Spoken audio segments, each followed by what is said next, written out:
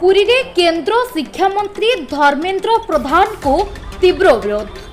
केंद्र शिक्षा मंत्री धर्मेंद्र प्रधान पुरी ग्रस्त समय रे तांको तीव्र विरोध रो सम्मुखीन हेबाको पड़िछि।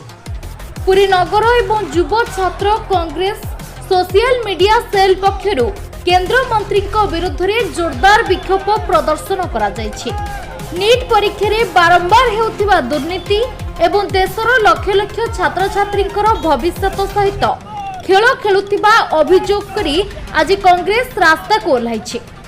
जगन्नाथ धाम पुरी एही विक्षोभ प्रदर्शन आरंभ होइतिबा बेले शिक्षा मंत्री इस्तीफा दाबी करिसेंती युव एवं छात्र नेता।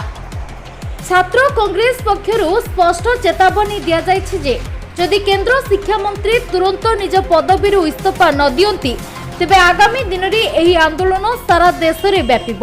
एवं शिक्षा मंत्री को देशव्यापी विरोधर सम्मुखीन होगाक पड़िब। नगर कांग्रेस सभापति विश्वरंजन महापात्र, युव कांग्रेस नेता आशुतोष मिश्र,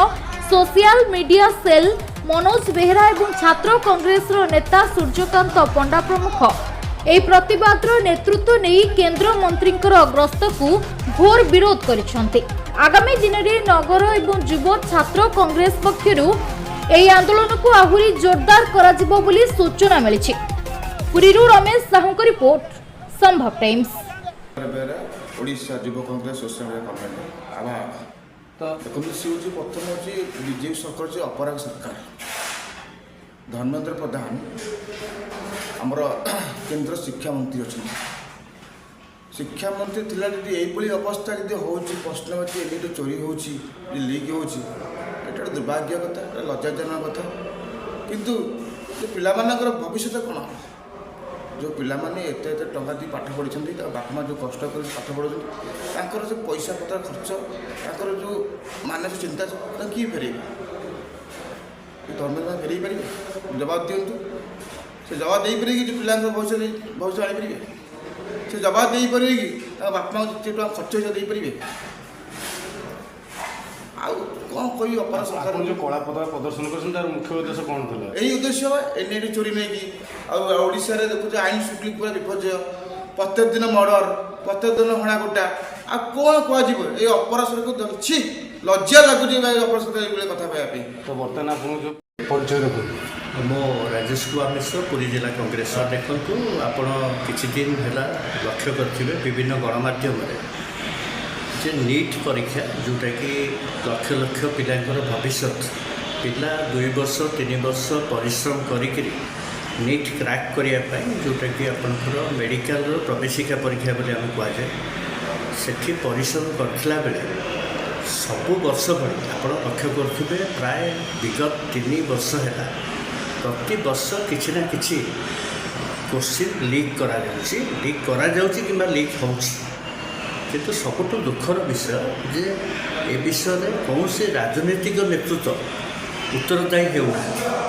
यहाँ हूँ गोटे खराब परंपरा सृष्टि करी कौन सी आपणकर डिपार्टमेंट हो से डिपार्टमेंट जदि किसी अनियमितता प्रकाश कराए से पूर्वर तार थिला जे राजनीतिक नेतृत्व तार उत्तरदायी रोते एवं निज पद इस्तीफा देते तेणु आम बारंबार दाबी करिया सत्ते परीक्षा सिस्टमटा रबस सिस्टम करिया सत्ते लक्ष लक्ष पिला जो मैंने वर्ष वर्ष धरी परिश्रम कलापर आपण ताको बातिल करी आउ थे परीक्षा कलापर से पिलार मानसिकता कौन मानसिक आघात कौन पाउची से विषय आप चिंता न करी केवल सामान्य एक हालुका भाव में एक आमर माननीय केंद्र शिक्षा मंत्री एक विवृत्ति देले जे आसंता वर्ष ठारू ऑनलाइन परीक्षा रबस सिस्टम ऑनलाइन परीक्षा किंतु जो पिला आज की 2-3 वर्ष है जार अभिभावक मैंने तारी पछरे दिन राति लगी पिलार भविष्य से जो मानसिक आघात देती तार मूल्य किए दब यहाँ हूँ आमर प्रश्न था एवं गणतांत्रिक प्रक्रिया आम पाखे एकमात्र अस्त्र ଯେ ବିରୋଧୀ ଦଳ ହିସାବରେ ଆମର ଲୋକଲୋଚନକୁ ଆଣିବା ସରକାରଙ୍କ ବିଫଳତା ଲୋକଲୋଚନକୁ ଆଣିବା ଆମର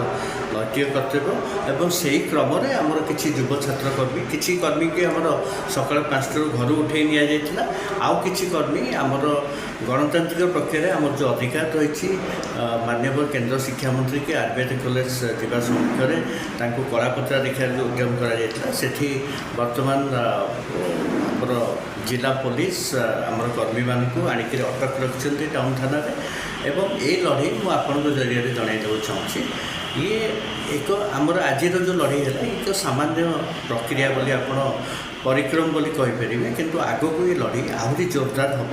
ଏବଂ ସରକାର ବିରୋଧୀ ଯେତେ ଜନବିରୋଧୀ ନୀତି ଯେତେ ଲୋକମାନଙ୍କୁ ହଇରାଣ ହରକତ ଯେତେ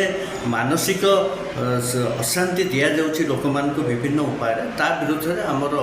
ଜୋରଦାର ବିରୋଧ କରାଯିବ ଆଗକୁ ଆହୁରି ଜୋରଦାର ବିରୋଧ କରାଯିବ ଏବଂ ଆଉ ଗୋଟେ କଥା ଆପଣଙ୍କୁ କହି ରଖୁଛି ଯେ ଆପଣମାନେ ଲକ୍ଷ୍ୟ କରିବେ ଯେ କେବଳ ନିର୍ବାଚନ ପ୍ରଚାର ସମୟରେ ଆପଣ କେନ୍ଦ୍ର ଗୃହମନ୍ତ୍ରୀ ଦେଖନ୍ତୁ କେନ୍ଦ୍ର ଶିକ୍ଷାମନ୍ତ୍ରୀ ଦେଖନ୍ତୁ ସେମାନେ ତାଙ୍କର ଯେଉଁ ଡିପାର୍ଟମେଣ୍ଟ ଯେଉଁ ଲୋକଙ୍କ ତରଫରୁ ତାଙ୍କୁ ଯେଉଁ ଦିଆଯାଇଛି ନିର୍ବାଚିତ କରିଛନ୍ତି ତାଙ୍କୁ ଯେଉଁ ଡିପାର୍ଟମେଣ୍ଟ ଦିଆଯାଇଛି ତାଙ୍କୁ ଯେଉଁ ବିଭାଗ ବୁଝିବାକୁ ଦିଆଯାଇଛି ସେଥିପ୍ରତି ଅଧିକା ଦୃଷ୍ଟି ନ ଦେଇ ନିର୍ବାଚନ ପ୍ରକ୍ରିୟାରେ ଯେଉଁ ଅଧିକାଂଶ ସମୟ କଟାଉଛନ୍ତି କେବଳ ନିର୍ବାଚନ ଜିତିବା ଏକମାତ୍ର ଲକ୍ଷ୍ୟ ହେଇଯାଇଛି ଶାସକ ଦଳର ସେଇଟା ଆମକୁ ଲୋକଲୋଚନକୁ ଆଣିବାକୁ ପଡ଼ିବ ଆମର ବିରୋଧୀ ଦଳ ହିସାବରେ ଆମର କର୍ତ୍ତବ୍ୟ ରହିଛି ଆଉ ସେ କ୍ରମରେ ଆମକୁ ଯାହା ବି ଆଘାତ ପ୍ରତିଘାତ ରହିଛି ସେଥିପାଇଁ ଆମେ ପ୍ରସ୍ତୁତ ଅଛୁ।